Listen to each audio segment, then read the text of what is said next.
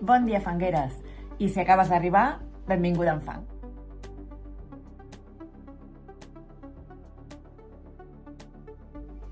La barbotina ens serveix per unir dues peces i que tornin a ser una sola, per evitar esquerdes durant el secat i durant la cocció.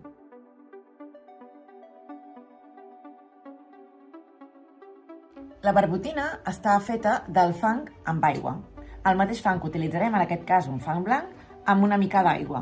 El deixem desfer o el anem barrejant fins que tinguem una consistència cremosa i densa.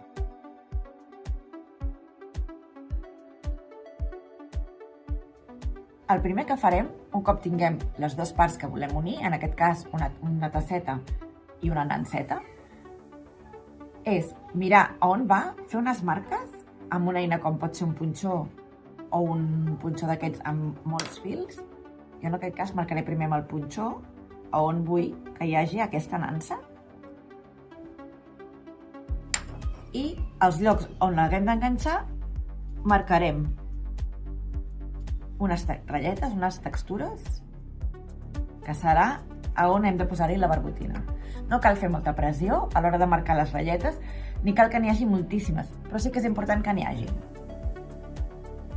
Després agafarem la barbotina, que tampoc fa falta que n'hi hagi molta quantitat, podem col·locar una miqueta a cada banda i amb molta compte, perquè no podem oblidar que el fang és delicat. Mentre l'estem treballant, farem una petita pressió en els llocs on ha d'anar, que quedi encaixat. Ja s'aguanta la nansa. El que passa que així ara no la podríem deixar. Hem de fer un xorret molt petitet, molt primet, que ens servirà per reforçar la nansa. En peces,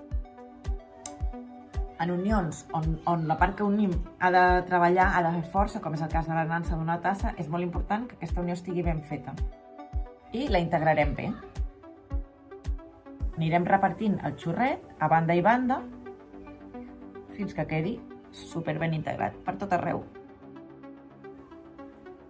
En aquest cas, com que aquesta nansa està una mica toveta i ens cau, posarem una boleta de suport perquè ens ajudi a mantenir-se. Així. La podem deixar així.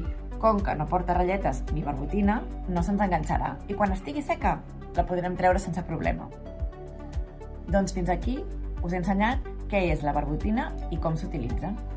Farem un petit vídeo properament on us ensenyarem a enganxar les peces parts per parts per construir un petit animalet. Moltes gràcies!